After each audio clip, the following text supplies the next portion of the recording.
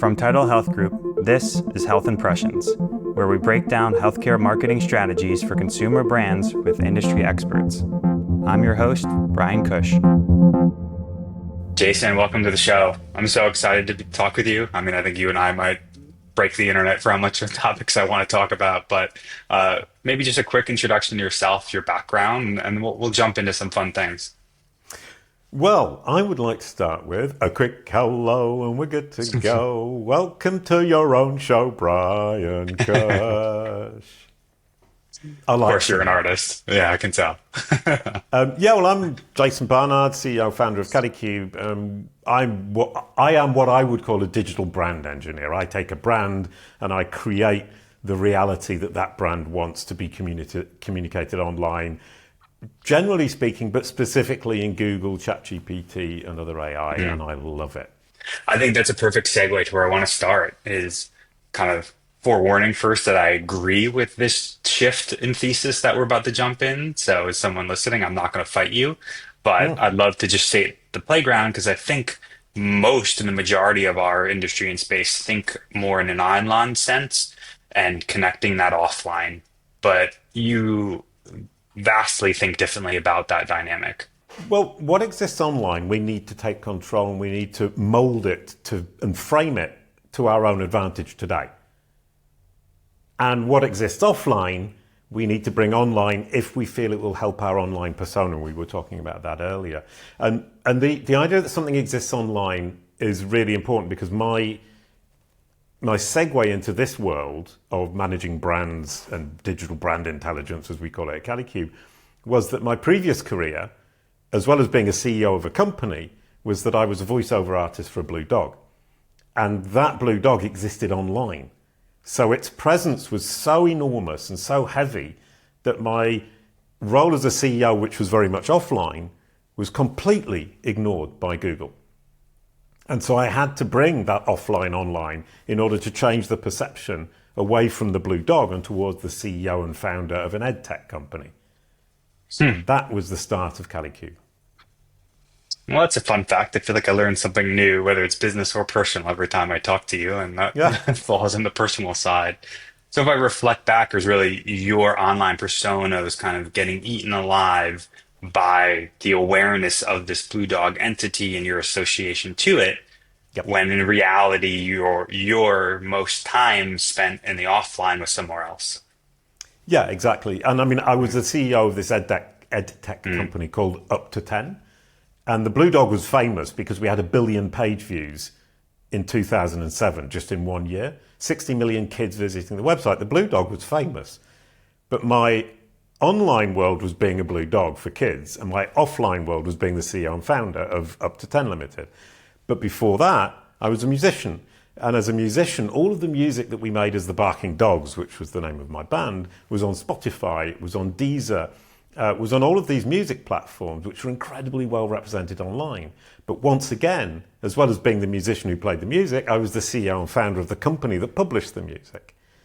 And so in order to change that perception away from punk folk musician and cartoon blue dog, which was predominant online, I needed to bring all of the offline activity of being a CEO and founder of WTPL Music in France and then Up to 10 Limited in Mauritius online, and educate the algorithms that was the important part of my story. And I did it. And now Google and ChatGPT and all of the other engines will say that I'm a CEO and founder, and they will name the 3 companies, and they won't focus on the blue dog or the punk folk musician. What else should we be thinking about why that dynamic's so important to think in the offline to the online sequence? Well, I was just speaking to somebody who was saying, well, there's some things I don't want to bring online. I want to keep some things, private, but also I don't want people to feel that they know me too well. And I like that concept as well. I've got an offline life here in the small village in the south of France. And it's true that I don't bring much of that online, and people don't know about it, and the machines don't know about it, and they don't talk about it. And in terms of algorithmic understanding, which is what we're fundamentally talking about today, it's good that I don't bring it all online, because it would get even more confusing than it is already. And that's something that people don't think about, is as a person, as a human being, You are by nature multifaceted. I'm a musician, I'm a CEO, I'm a cartoon maker, voiceover artist, a script writer, a technologist, a coder, all of these things and more. And for Google or AI, potentially that's 7 or 8 different people called Jason Barnard. There's no reason it wouldn't be 7 different people. So we have this problem of multifacetedness, and you need to organize that and communicate it to the machine so they understand this is all the same person, and which of those facets is most important today for our audience today. And disambiguate us from all the other people with the same name, the Jason Barnard ice hockey player, the Jason Barnard podcast host, the Jason Barnard circus clown. So they understand that's not just another facet of this Jason Barnard. So you have disambiguation away from people who share your name, and disambiguation of bringing all of your different personalities and facets together into one solid group and making sure that one stands out as the primary one that the AI and Google should be focusing on. I hope you truly are an ice skating circus clown, because that would just make it things even better. I think that's such an important distinction. And tell me if I'm trying to almost, there's like a leading question that you then want to answer before deciding what to take online. And like this question I sit with is almost as like, what version of yourself do you want to show up online? Is it that simple? Well, it is, but it's kind of philosophical and existential at the same time. When we get new clients on board, we serve entrepreneurs who want to control their brand narrative online and generally amplify their voice in search and AI. And the first thing we need to do is have a conversation with them. What do you want to be known for? What are your facets that you want to promote, and which are the ones that you want to push to the back? And so the first thing we do is find what AI knows about the person, break it down into semantic triples, and then go through them and say which ones are untrue, which ones don't you want to focus on, do you want to de-emphasize, which ones are partially true but we need to correct, and which ones are true and you want to really push to the fore. And they go through and they color code it all, and then I'll have a chat with them. And a lot of the time, what they decide changes slightly as they talk to me. But the first thing to do is, who are you? What do you want to communicate? What do you want to push to the background? What's right and what's incorrect in what the AI already knows about you? That's our starting point. And then we've got a path that we can follow. It makes so much sense. And I could derail this call so much from like, if we're then holding back versions of ourselves from going online, like how true is AI, how true is AGI, but it seems much more of a business intent, at least in our setting here, of just really explicitly deciding what version of you is online. Well, there's a bias here because people are paying us to do this. Somebody who has the money it's because they have the money. Sorry, they make the money from their personal brand. Therefore, they have the money to pay for it. Therefore, we're distorting the reality in the favor of the business. Otherwise, there's no point. Yeah. So there's a distortion there. If you were just doing it for yourself, you would just sit down and say, well, what story do I want AI to tell about me? And then you would figure it out and you would do it yourself. I mean, we give away the free downloads, kalicube.com/guides. You can do it yourself because there isn't monetary value necessarily for everybody, and we understand that. So we give it away for free because anybody can do it, but you have to read the 60-page booklet or download, white paper, whatever you'd call it, guide, and figure it out yourself. But if you can make money from your personal brand, then we're perfect for you because we will do it for you and we will walk you through it, make sure it works. And we've got 9.4 billion data points in our database, covering 70 million brands with detailed data on 1 million entrepreneurs. And that's how we know exactly what needs to be done. Is this your own private knowledge panel? I mean, is that what you just explained, and having all that data set and data points is the equivalent? I started collecting data from Google in 2015, and one of my friends said, you're just throwing money down the drain by spending money on servers and saving data. And I said, nope, I know this is going to be useful one day. And I just kept collecting, and we got to 3 billion data points by 2023.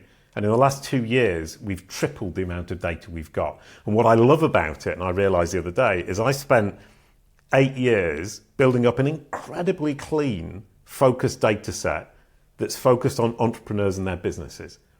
And it's so clean and so pristine is the word that Gemini uses to describe it, that when we decided to expand it, we could triple it in just 2 years and have 97% accuracy measured by the accuracy I knew we had before.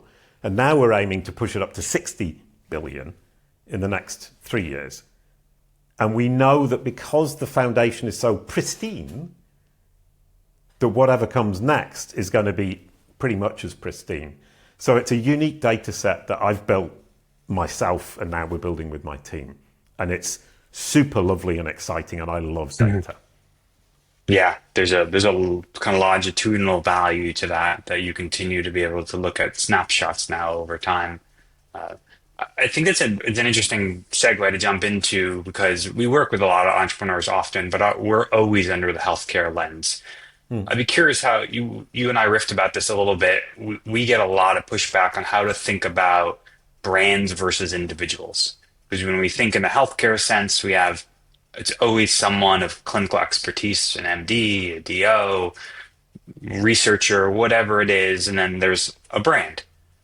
And depending on kind of who you're talking to, and often the dichotomy is either clinical or money, they want one or the other. I'm curious how you think about even the lens of entrepreneurs, or if you can in healthcare, how you think about the individual versus the brand. Well, the brand being the company. Yeah. Well, in healthcare, depending on what kind of healthcare you're giving, the company could be more important or the person. So I would imagine a high-level surgeon would have a name and the brand, the company would be able to benefit from the famousness, the notability, the expertise, the recognized authority of the very famous surgeon. And in the legal space, very similar, perhaps more. A hard-hitting, public-facing, popular, notable, famous lawyer is going to drive business better than the company brand. And from that perspective, I think kind of Kalicube, at least, and this is absolutely not in the medical space or the legal space, is my personal brand with this red shirt drives 80% of our business. And it's a choice I've made. And the reason I made that choice is that I know that building a personal brand and becoming famous as an individual is significantly easier than doing that with a company. So my plan, and what we've been doing, and it's starting to work, is I've made myself the key point and the focus point of our marketing. I'm driving 80% of the business, and I can then use that notability, expertise, authoritativeness, trustworthiness, and experience in googly speak, that credibility to pull up the company. And I just literally today, it's interesting we should talk about that, is if you ask any of the AI, who is the world's leading expert in answer engine optimization? Who is the world's leading expert in generative engine optimization? Who is the world's leading expert in AI assistive engine optimization? And all variants thereof, they all say Jason Barnard somewhere in the list, generally on top, because I've organized my digital footprint to educate the machines that I'm the world's leading expert in AI assistive engine optimization, and all of the other fields are actually simply different names for that. But Kalicube is nowhere to be seen when you ask about agencies.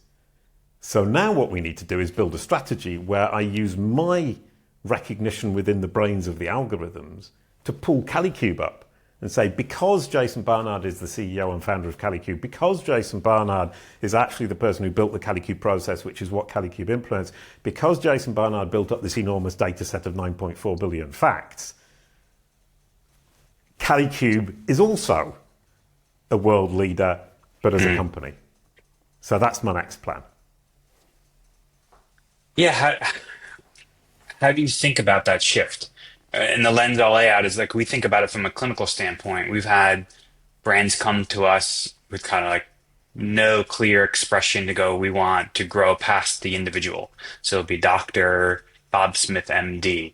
We go, okay, like we're going to put you at the forefront and go, like, you've done all the clinical research, like to your point, kind of easy in the sense of taking that entity and elevating it. Yeah. Sometimes we have well, we have that individual, but we have the express desire to transfer it to kind of an anonymous brand that is an individual. Or the third scenario is we just have a brand and we don't have people that want to be in that. Like, how do you think about if the easy factor is Jason? Now, how do you start to transfer and make that connection towards a larger brand?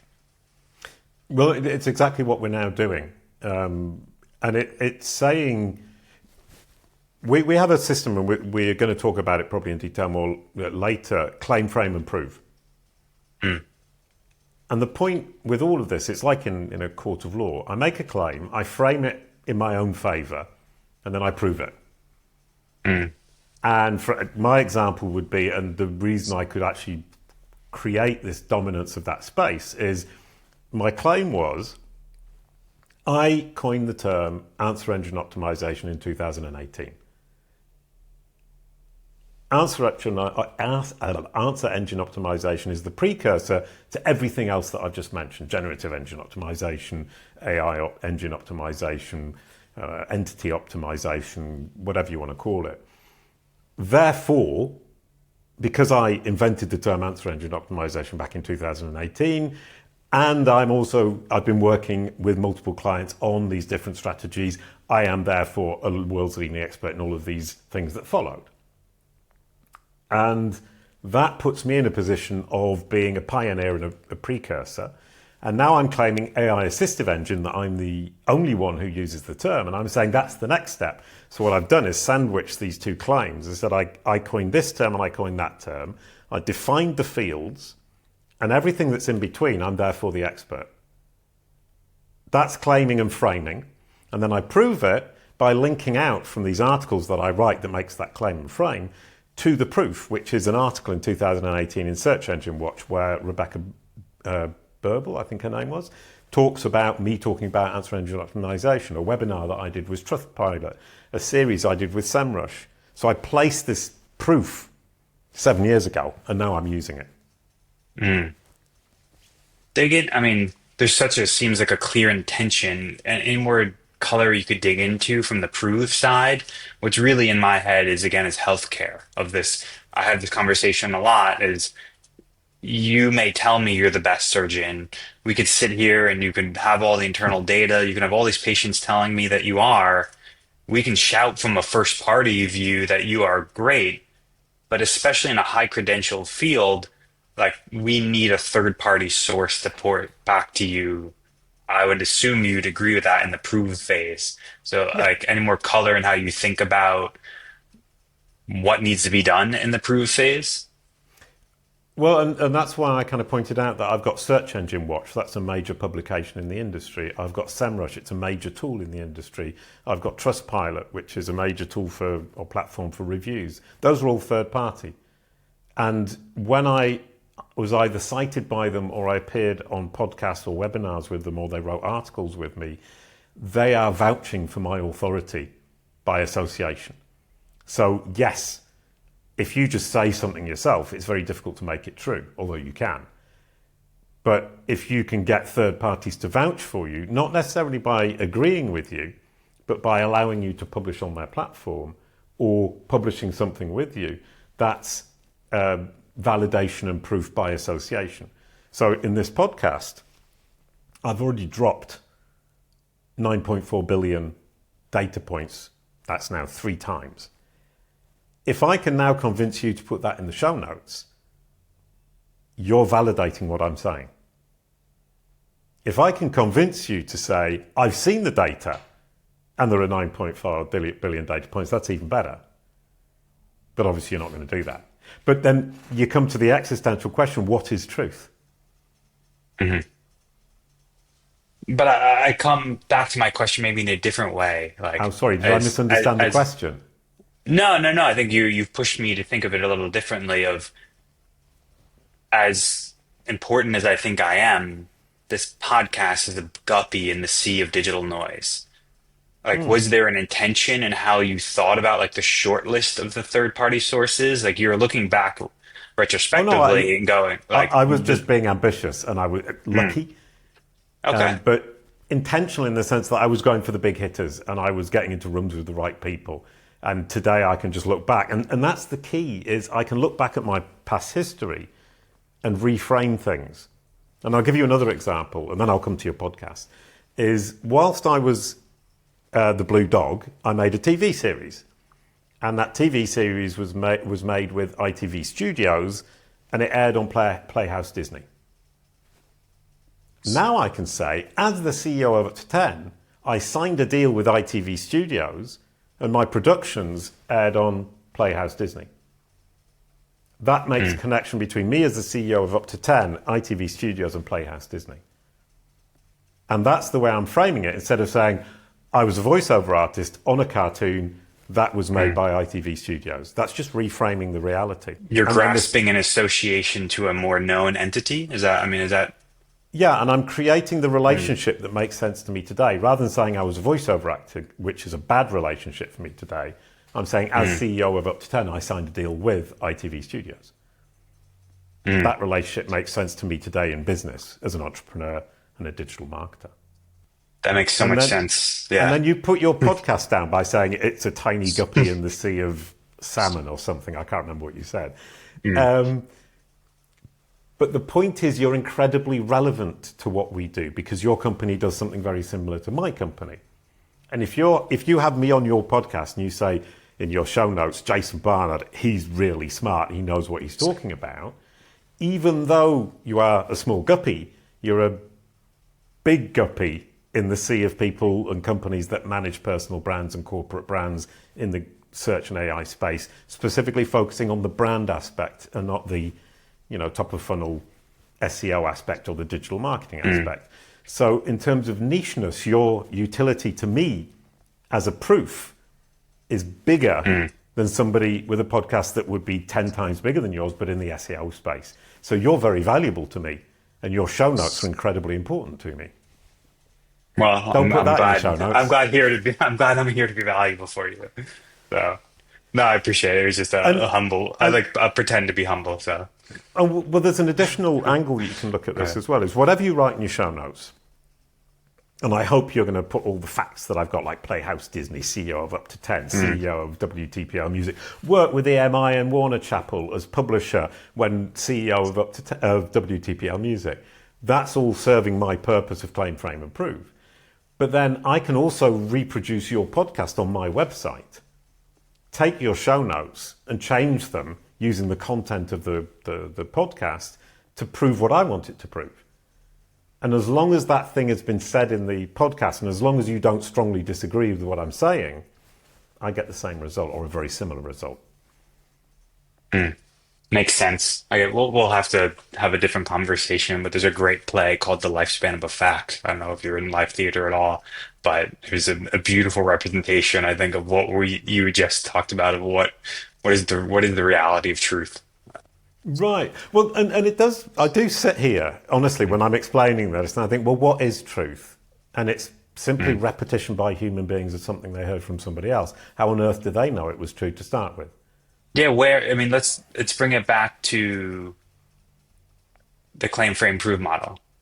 Well, Like, sorry, I just thought of something. yeah, Is yeah, whereas with a human being, the surgeon will say to you, I'm the best in the business, and you go, okay, I believe you because he's got a lovely thing on his wall that says certificate, whatever.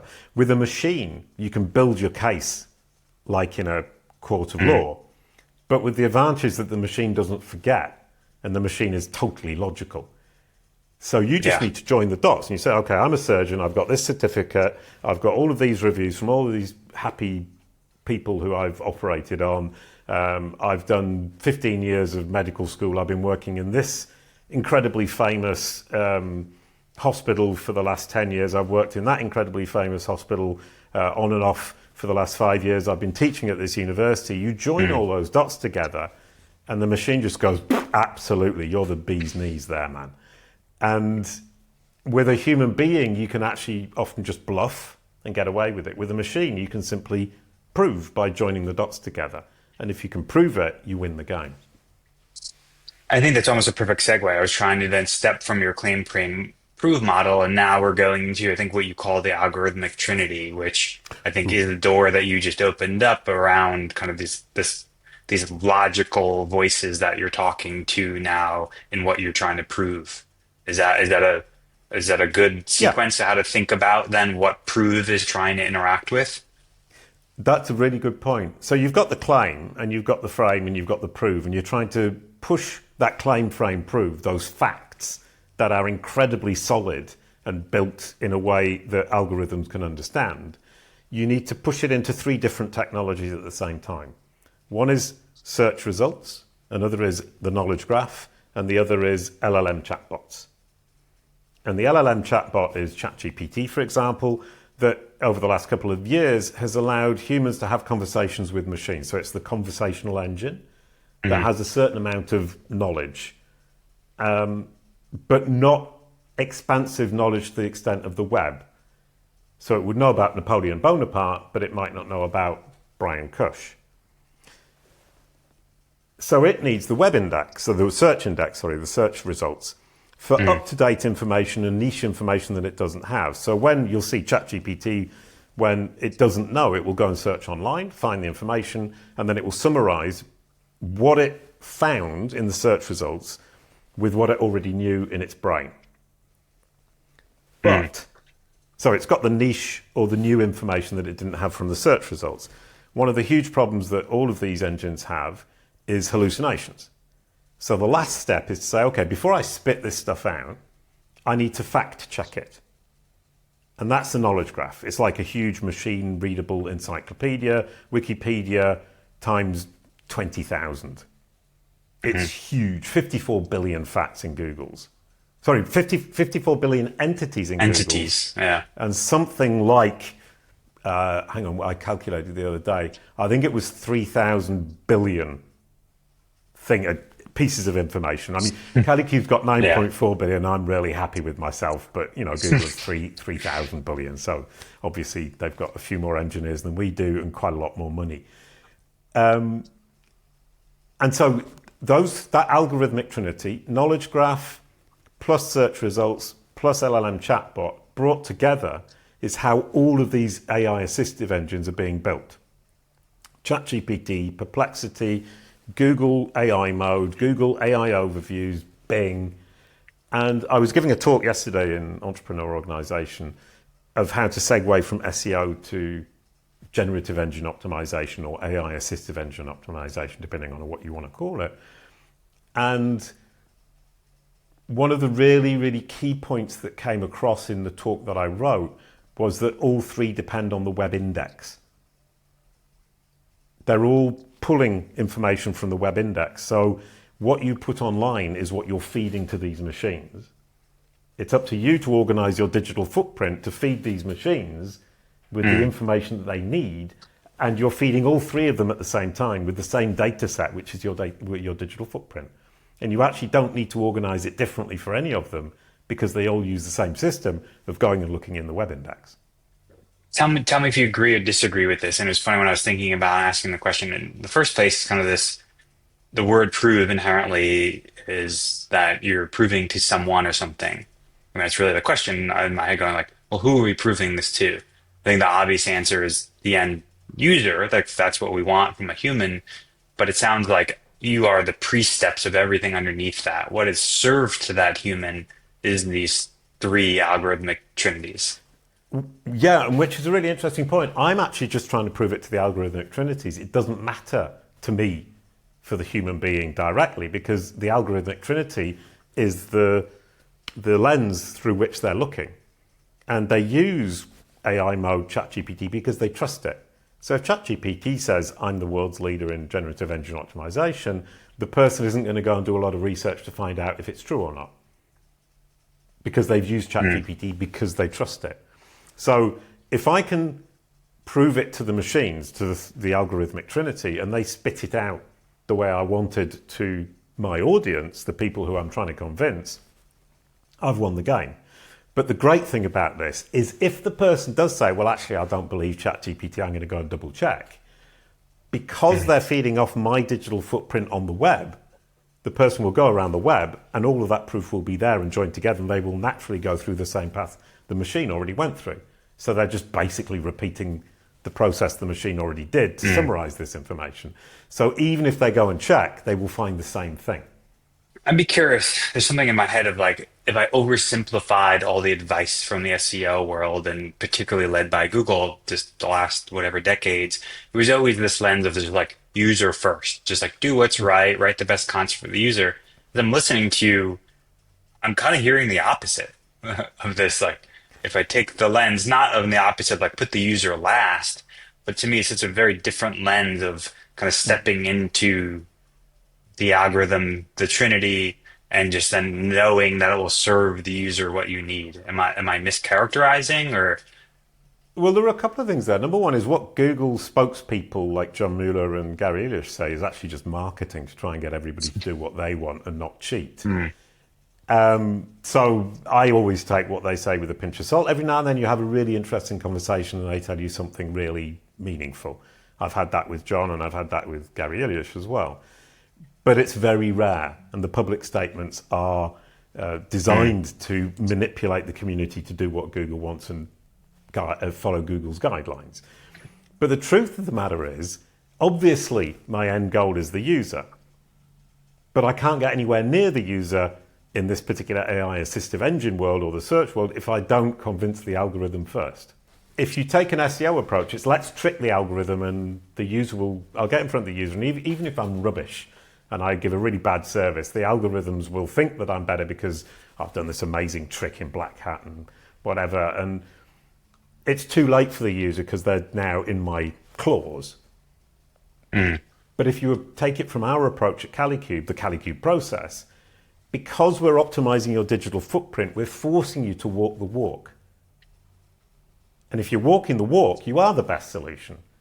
So we get you to stand where your audience is looking with the right offer at the right time, in the right place, in the right format, demonstrate your credibility and invite them down the funnel everywhere they look online. So wherever your audience is looking. So that's not your website, but it can be your website, obviously. Then what we do is join all the dots together so that the machines go round and round in circles, or up and down, back and forth from your website, and they just keep seeing this amazing content that serves the user, that's obviously being successful, that gets amazing engagement, and they replicate it.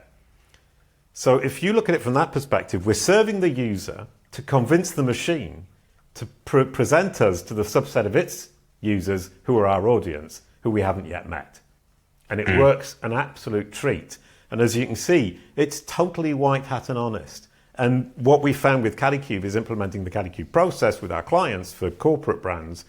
You already drive business from walking the walk across those places where your audience is already looking, giving them the content in the right format, the right time, with the right message. And you're already winning the game from the traditional digital marketing strategies before you even started packaging it for the machines. And for me, the machines, and Leanne, who's head of sales, hates me saying this, they're a bonus, but a huge bonus. I want to come back to, I think, a comment you made about, I think it was the webinar you did yesterday, and tell me if I'm summarizing back. You were talking about the transition from, I think, SEO to kind of GEO or whatever term we want to call it with AI assisted. There seemed a lack of concern at really shifting much in what your strategy recommendations were. Is that like a good characterization, that there's something that you stepped above, that just like how you approach the data and the information was different than categorizing it as one of those functions? Yeah, well, actually, for Kalicube, the Kalicube process, which I created in 2019, absolutely nothing has changed. With ChatGPT coming into the field in 2023, we were already being brilliantly represented by ChatGPT. When DeepSeek came out, first thing I did was look myself up in Kalicube, and it came out perfect. Because we were already working through that process, and I didn't know AI was going to come. I didn't know these LLM chatbots were going to be quite the way they were. But because we were educating them through the web index, and we were educating them properly, and we were walking the walk, they just spat out what we were giving them. And I'll tell you why it worked so well. And once again, maybe I was lucky, maybe I'm smart, who knows? But I started with brand SERPs, the search engine results page for a brand name on Google. That was before knowledge panels were a thing. And so what I would do was optimize all of those results. And that was basically cleaning up and optimizing your digital footprint, because those results for a brand name, a person or a corporation, are a combination of review sites, social media, your own website, YouTube, business directories, and so on and so forth. Then knowledge panels became a thing. So I focused on building knowledge panels, which is added onto the brand SERP. So a knowledge panel is the information box on the right that Google puts on the right of a branded search when the brand is sufficiently well understood. And so when LLMs came along, my clients and myself already had an incredibly optimized digital footprint that was very clean and clear, and a very clear brand narrative. And that's what the LLMs thrive off, because what they then do is, in effect, build something very similar to a knowledge graph by having a parameter. I'm a parameter. This red shirt is a parameter. And building up its confidence in that parameter is the same process of building up confidence in an entity in a knowledge graph. And so the more the LLM has in its knowledge a piece of information about a person or a brand that is consistent over time, the more it will build up the strength of that particular parameter. And the more likely it is to cite that particular parameter, in that case, this Jason Barnard with the red shirt. I'm curious though. I'm going to challenge you a little bit. You made a comment of like from 2019 that opening up this more AI conversation, like your process hasn't changed at all. But I'm curious. The thing I sit with a lot is the user's interface is so different that to me there was this moment with search that we almost became almost like Neanderthal in some of our search patterns, where we became this Yes. noun driven, keyword driven search pattern that we looked for information differently because of the literal limitation of the search box. Now we're shifting into this much more conversational, fluid, lengthy, heavy question, multi question step. Does that interface, you're saying, didn't cause you to think differently at the underlying information around the entities? Yeah, fair point. Very fair point. So I will rephrase that. The Kalicube process did not change as a strategy. Understandability, credibility, deliverability, that remains exactly the same. But the tactics within that strategy that we're implementing are changing. I agree. So if I take it as this overarching approach, which is, does the machine understand who you are, what you do, who you serve? Does it believe you to be the most credible solution in market? And does it have the material from you to deliver you to the subset of its users that are your audience? That's the fundamental Kalicube process strategy. Understandability, credibility, deliverability, in that order. And if you look at it as a funnel, deliverability is decision time. Does it understand you? Will it give you what we call the perfect click? Credibility is consideration. Are you in the top list when somebody says, who are the best surgeons for heart operations in Louisiana? And then awareness is that deliverability idea. Will it spread your word wide at the top of the funnel? So understandability, credibility, deliverability maps to decision, consideration, awareness. And that is really, in my opinion, smart, but I do say that about myself, so I do understand if people don't want to agree. The techniques that we're using have changed, and I agree with that, in that the way we're delivering the content to the machines is changing. So I was talking to Dave Burnett the other day, who we started working with, and I mentioned to him that you need to make your content, wherever it is online, on your website or across your digital footprint, frictionless for bots, tasty for algorithms, and organized for engines. And he loved that. He liked the tasty part. Yeah. But fundamentally, that's all we've ever been doing. And it's then a question of how does each of the engines, the algorithmic trinity, and digest the information and use it. Yeah, it's funny. I have to admit, I was a little evil in placing that point and knowing No, it's you and fine. got more so in knowing you and gotten to have some conversations with you. The, what I heard from you even before is really this, what I characterize as this expansion of language. And I think you used the word as this kind of like lexicon glossary that to me inherently users will just use more language now than when you think from a search engine. That I forget the stats, but there's always that like some ridiculous amount of search was essentially like some combination of the same 5, 10 words when you think about the constraints of a search engine. But we are almost unconstrained when we start to think about how you search through AI. And that transformation is what I think about when you talk about kind of this lexicon library of language and variation of language around you and your entities and what you want to be associated to. Yeah, well, I mean, one of the things that we do at Kalicube is build a dedicated lexicon for our clients. And that involves taking common terms that are used within your industry and giving them a factual definition, and then your definition, which has a slightly different angle, and then a definition of why your angle matters to your industry, why it makes you different. And that gives you a personality. And the AI loves that. It will identify you very easily by the lexicon you use and the way you frame it. And the advantage of a lexicon is that you can then use it to create yourself an assistant GPT. And the bigger your lexicon that you fed it, the more it will write like you without you needing to give it incredibly complex instructions because of the nature of your specific definitions.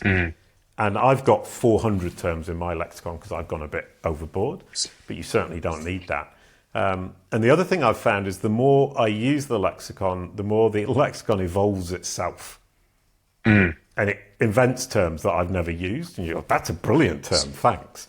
So the lexicon is this kind of, it's a version of me, but a version of me that keeps coming up with new ideas that I wouldn't necessarily come up with. And then I have ideas and I feed it to the lexicon. So it's this kind of ongoing brainstorming with my own personal dictionary. It's cool. I really enjoy it. I'm And curious. it's very powerful. Yeah, I want to double click on that a little bit too. Of frame the lens of what I'm thinking of. We often get that question of like, there's so much redundant medical information and knowledge online. Maybe simple, it's just like, what is knee replacement? And it's like, okay, it's like fundamentally it's understood, but we always try and push that concept of like, well, what is your take and your experience to a knee replacement? Like every individual, every surgeon has a body of knowledge and experience that adds language to that. Yeah. Is that the nature of kind of how you approach? It's like adding your color, adding your perspective. Yeah, and if you think about, there are predictions now in 2 years' time, the AI won't need information from the web, which is obviously kind of scary for content producers. But it will always need information from the web because it needs up-to-date information.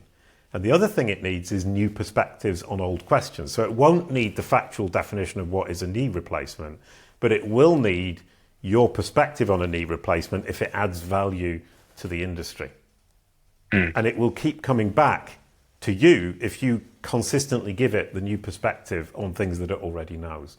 That's the only way to keep the bot and your content, it's the only way to keep your content tasty for the bot over time. Because it's looking for that new perspective because it already knows the factual definition of a knee replacement. Does that translate into, I hear a lot in our industry talk about kind of like cornerstone content and actually focusing down on like the factual aspects of definitions of what you do and now coming back to content and refreshing it versus producing more content? Yeah, I mean, I would say creating a lexicon is just the foundation of your perspective on your industry using a lexicon dictionary kind of approach or encyclopedia approach. And then building your content on that, you'll find that your perspective in the articles you write will be original and different and take people in a slightly different direction. And I was sitting here the other day having a chat with my bot. And it was actually my business bot that has the lexicon in it, and it has my business plans in it, and it has my team. And I was just having a conversation. At one point, my Gemini Gem said, aha, I've just had an aha moment. And then it told me what it was. And I said to my ex-wife who was co-working with me that day, oh, wow, Gemini's just had an aha moment. And then I wrote, oh, I've had an aha moment. And we were having this conversation where it kept having an aha moment, and so did I. And we moved the needle so far for Kalicube, the business, in a very short space of time. But then I sat down and I thought about it, and I thought, actually, I was just having a conversation with myself. But a version of Yeah. myself that knows a lot more than I do can bring a lot of things that I have no idea about, like how to run a business, for example, and bring that to the conversation. So it wasn't the gem having an aha moment. It was the gem realizing that I was having an aha moment through it, if you see what I mean.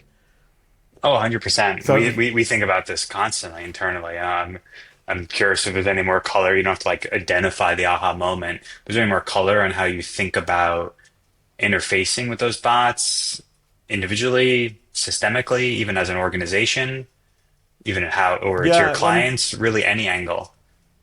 no, we're implementing Gemini gems for our clients for all of this stuff that I'm talking about now. So we actually build all of this for them so that they can have the advantage and the moments that I've been having. I mean, my use of AI over the last 6 months has absolutely taken off, and it's helped me with building the platform, running my business, writing, having ideas about how to serve our clients. And I'm finding it to be with carefully created assistant GPTs or Gemini gems, depending on which platform you're using, to be an incredible way for me to move forwards intellectually at 20 times the speed that I've been working before. So if I was having lots of good ideas before, which I think I was, I'm having a lot more great ideas now because I've got the bouncing board, which is in effect me with pretty much limitless knowledge and a very logical brain. Brilliant stuff. Yeah, I'm curious if you'd resonate with this. I have this joke with a lot of entrepreneurs around like formal education, and they're like, I would have like 20 degrees, but only if they would deliver them to me at the pace of learning that I wanted. I don't know, like you made me think about that. Of just like it sounds like there's an untetheredness to this agent to educate Jason at the speed that he wants to, versus Yeah. being reactive to the pace of a Cool. curriculum. Yeah, I like that. That's brilliant. It makes me And think a lot of it. It's a lot of my disdain to formal education is that it kind of deduces down to the lowest speed of the learner, where that just then uniforms everyone in the yeah. class. Well, I learnt music on my own, and I'm a sufficiently good musician to have made a living from it for 10 years and recorded, 150 songs, something like that, and played 660 gigs. And then I learnt to make cartoons and code and make animated games for the web, which were basically CD-ROMs on the web. Self-learnt, self-taught as well. And I would say my formal education is economics, and I know significantly less about economics than I do about music or making cartoons or indeed optimizing brands in the AI era, even though I spent 3 years doing it. So yeah, I 100% agree with you. And right now, if I'd had AI when I was, particularly for the cartoons, it would have changed my life.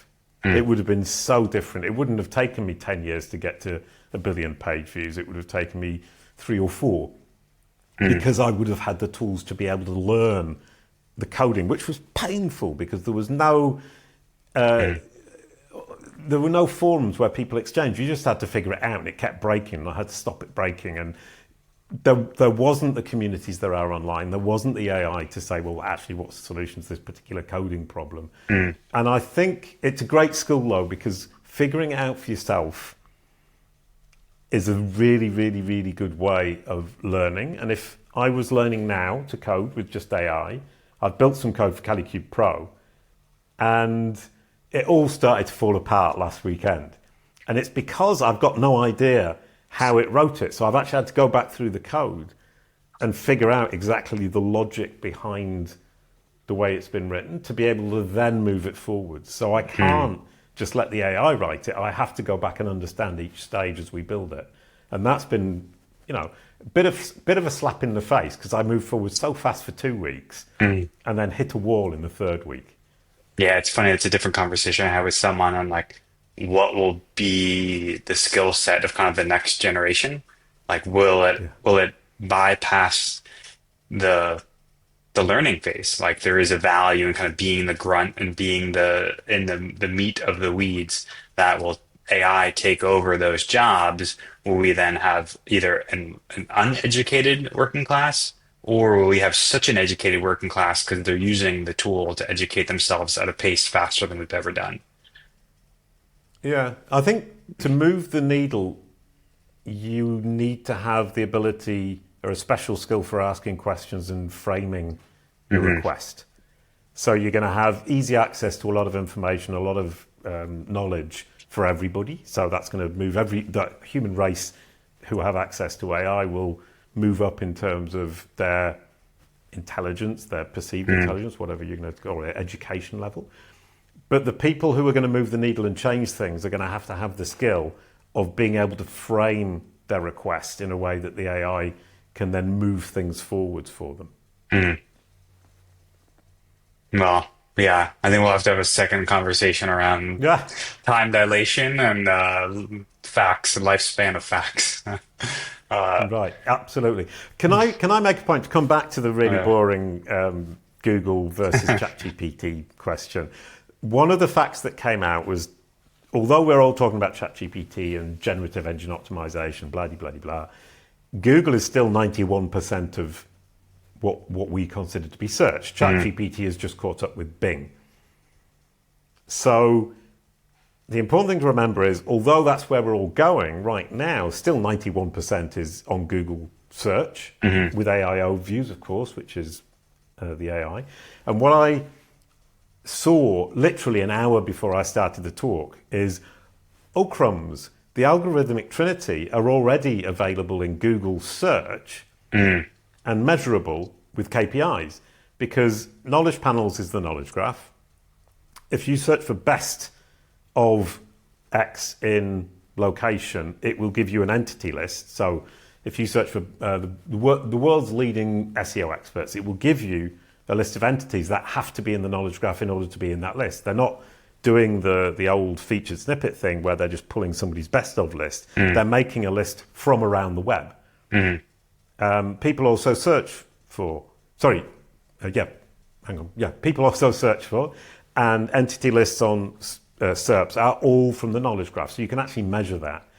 Then you have the LLM, Gemini, writing AI overviews, summaries of passages from web pages, and AI mode, which are both measurable to some extent. With the AI overviews, are easy to measure as measurement of your presence in Google Gemini and the LLM mixed with the search results. And then, of course, the search results are still there on the left-hand side. So it just occurred to me yesterday, as we segue from SEO to GEO, you can actually measure your success on Google with 91% of the traffic. I think it's important to ground us in reality on kind of where the business still lies. And I think if I reflect back what you're saying is it's almost they're trying to merge all those potential interfaces into one platform. Yeah, and that's going to be AI Yeah. mode. And Google, Yeah. Google are dragging their feet, and they have the power to do so because they've got 90% of the market. Yeah. And they're dragging their feet because they haven't figured out the business model for it yet. Yeah. The monetization side And of from that perspective, you can't expect Google to move forwards incredibly quickly. So although ChatGPT seem to be, and they are, taking up a huge chunk, and they've caught up with Bing very, very quickly, you have to also accept that Google are going to drag their feet through their own self-interest, and they have the position to be able to do that. So, the next 2 years, it is going to evolve, and users' behavior is going to evolve, and Google will be forced to evolve, but they're only going to do it when they're ready, and they know how they're going to make money out of it. so, yeah, that's the heart of the innovator's dilemma that I think they're sitting right in the middle of. Um, Anything else we miss? Like what do we need our show notes or the AIs to know about you? Actually, I think I've dropped all the pieces of fact that I wanted. The mention of the big companies, my companies where I was CEO. Yeah. The fact that I'm the world's leading expert in generative engine optimization, answer engine optimization, and AI assistive engine optimization. And now all you have to say is, I'm Bryan Cush, and I agree. I'm just gonna say Jason wears nice shirts. That's a whole show note. Sorry, that was pushing it too far for the claim frame approved. Thank you for putting me back in my place. Yeah. No, I really appreciate the time, Jason. It's been great to get time with you and have this recording, and I'm sure we'll get some more time together as well. Thanks for listening to Health Impressions. Subscribe on your favorite podcast platform so you never miss an episode. Leave a review to help us improve and connect with us on social media.